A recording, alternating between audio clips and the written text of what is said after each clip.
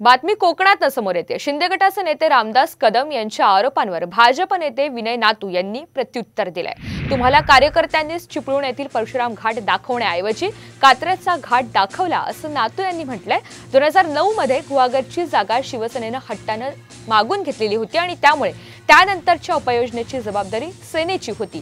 त्याचमुळे बाळासाहेबांनी प्रत्यक्ष विनय नातू यांची भेट घ्या, पण तुम्ही भेट घेतली नसल्याची आठवण त्यांच्याकडून करून देण्यात आली आहे। 2009च्या विधानसभा निवडणुकीमध्ये गुहागरमध्ये आपल्याला मुद्दाम पाडल्याचा आरोप रामदास कदम यांनी केलेला होता।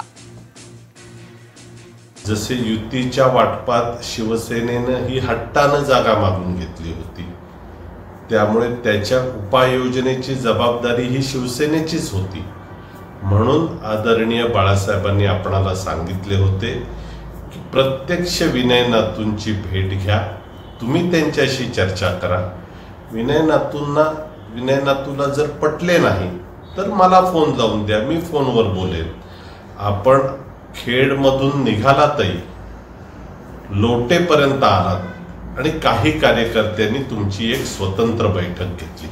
काही कार्यकर्त्यांनी आपणाला गुहागरकडे येणारा परशुराम घाट दाखवून तिकडनं यायला हवं होतं, पण आपणाला कात्रजचा घाट दाखवायचा प्रयत्न केला, आपल्याला दुसऱ्या दिशेला नेलं आणि त्यामुळे 2009चा सर्व इतिहास घडला।